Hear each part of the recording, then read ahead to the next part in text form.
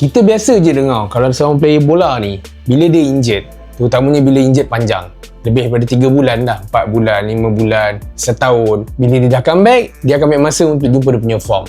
Ada tu terus tak jumpa form terus. Minggu ni kita borak pasal player yang injured panjang, balik terus jumpa form. Set passive lagi. Zaman sekarang ni rasanya susah nak jumpa seorang player yang cukup versatile walaupun dekat satu bahagian, which is main bahagian depan, yang boleh main striker, boleh main belakang striker, boleh main flank, and even kadang-kadang boleh duduk kat position number 8. Susah nak jumpa player macam tu. Bukan tak ada terus, ada memang ada, cuma jarang lah jumpa yang boleh deliver and main elok-elok dengan position yang banyak-banyak tu. Kalau sebut nama Jamal Musiala and then nama Bayern Munich, dua nama ni, dua entiti ni memang dua benda yang memang sinonim. Dalam bahasa mudah dia, tak boleh nak asing lah. Dan memang sebati dah kau tengok Mamat ni dengan Bayern Munich. Walaupun kita tahu, asal-asal dia bukan main kat negara tu, duduk kat negara lain. Kalau aku tanya pun, apa position sebenar dia? Aku rasa ramai yang betul-betul susah nak jawab. Nak kata dia ni 100% wing? Bukan. Nak kata dia ni 100% number 10? Pun bukan. Tapi, nak kata dia ni number 8? Macam tak logik pula.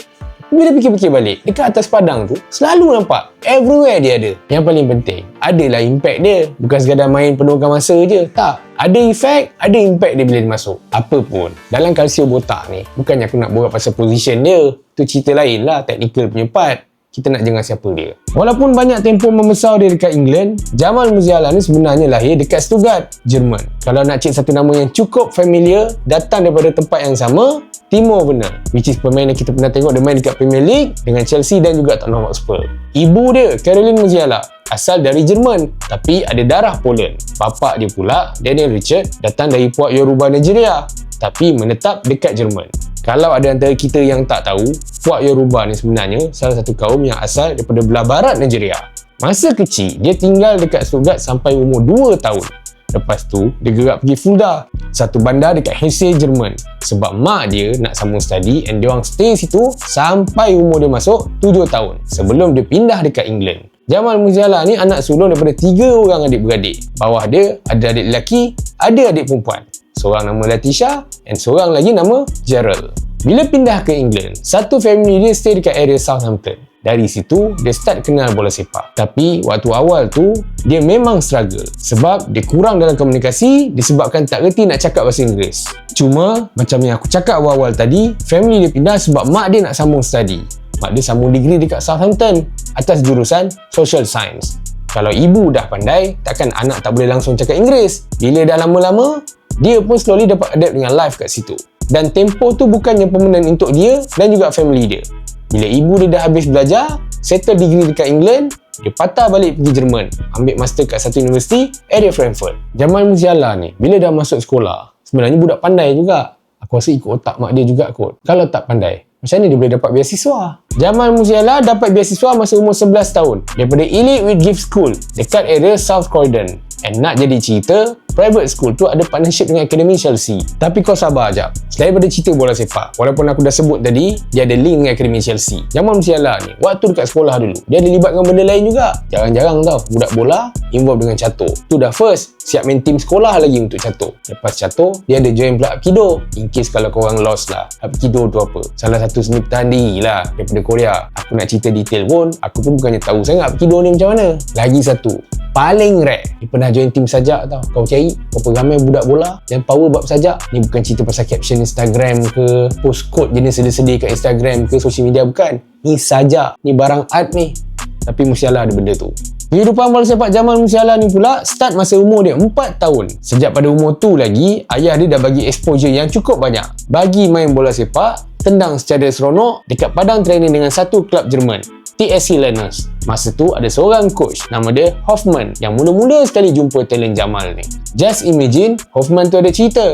Masa umur 4 tahun, Jamal buat semua exercise tanpa ada rasa takut. Kalau nak diikutkan logik, umur 4 tahun biasanya seorang budak akan obses dengan mainan atau permainan yang lain. Kat situ dah nampak yang dia ni memang betul-betul special. Sebab tu tak surprise bila dia join Akademi TSC Lenners tu, first season dia dah pecah rekod lebih 100 gol. Terus Hoffman tu bawa dia join training team yang lebih umur daripada dia. Dipendekkan cerita, family dia ni pun pindah ke Southampton. Even mak dia nak sambung belajar dekat situ, dia laki bini cuma perlukan seminggu je untuk dapat ke akademi bola yang baru untuk Jamal Musiala. Cuma dalam hidup ni, tak semua benda yang kau plan tu terus jadi. Untuk cerita Jamal Musiala, macam-macam akademi dah dia dah pergi. Tapi semua kena reject. Last sekali, bapak dia buat satu kerja gila. Tak ada buat apa-apa appointment. Satu hari, bapak dia terus pergi office Southampton Foundation. Dengan penuh semangat and nekat 100%, terus pergi ke waiting room. Nak dijadikan cerita, time tu diorang jumpa dengan satu stranger nama Jazz Bati. So, Jazz Bati ni nasihatkan bapak Jamal, diorang kena join soccer school dulu sebelum nak push masuk akademi yang lagi besar. Kalau ada yang lost, Jazz Bati ni kerja dekat office Southampton tu. Jadi dia tahu segala prosedur yang ada dekat situ. Dalam masa yang sama, dia sendiri yang run City Central Academy dekat area situ. Bila dah borak, dia pun bawa family Jamal Musiala ni pergi ke sekolah. And then tarik Jamal masuk tim bawah 7 tahun. Coach pula abang dia sendiri, Rosh Bati. Masuk City Central, seminggu Jamal tak berborak dengan kawan-kawan yang lain disebabkan kekangan dalam bahasa Inggeris. Dari situ, dia mula kenal dengan kawan baik dia, which is tanan Chelsea sekarang, Levi Colwill. Dan nasib dia memang betul baik sebab sebelum Jamal Musiala sampai situ, Colwill tu memang antara budak paling talented dekat dalam kelab. Bila dah jumpa, jadi kawan baik, secara tak langsung akan bagi benefit dekat Jamal sendiri. Dua-dua Jamal Musiala dengan City Central tu pun sebenarnya tak lama.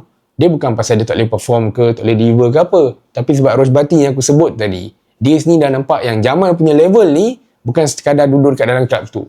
Dia patut main dengan kelab yang lagi besar. Jadi, dia pun start deal dengan Southampton punya scouting department. And finally, salah seorang wakil scout daripada kelab tu, Dick Hayes, agree nak datang tengok game City Central.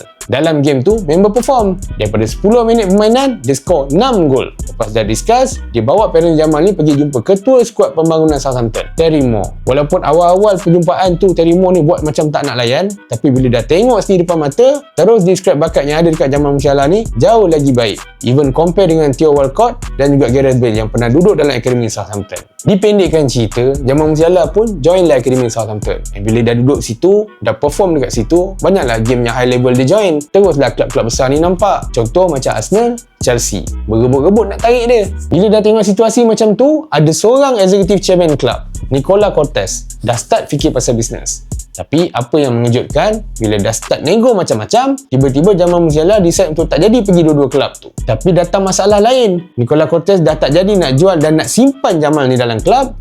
Ayah dia pula dah tak ada hati. Senang cakap, nak anak dia pergi lagi satu step lebih atas dan pindah ke kelab lain. Last sekali, lepas lebih kurang 4 bulan duduk dekat Southampton, Jamal Musiala pun join youth club untuk Chelsea. Sepanjang dia duduk Chelsea, lebih kurang 8 tahun, aku rasa Jamal Musiala ni memang tunggu masa je nak join first team dan explode. Performance memang jauh lebih mantap. Gameplay memang jenis tenang, tak ada kelam kabut. Tapi disebabkan isu Brexit, family dia decide nak balik Jerman. And nak jadi cerita juga, manager Chelsea time tu, Frank Lampard, langsung tak consider dia untuk tarik dia join dalam senior team. End up, dia tolak kontrak baru. Time tu, kalau korang ingat balik, sama ada Lampard ataupun Chelsea, memang betul-betul banyak lepaskan talentnya di dalam kelab tu.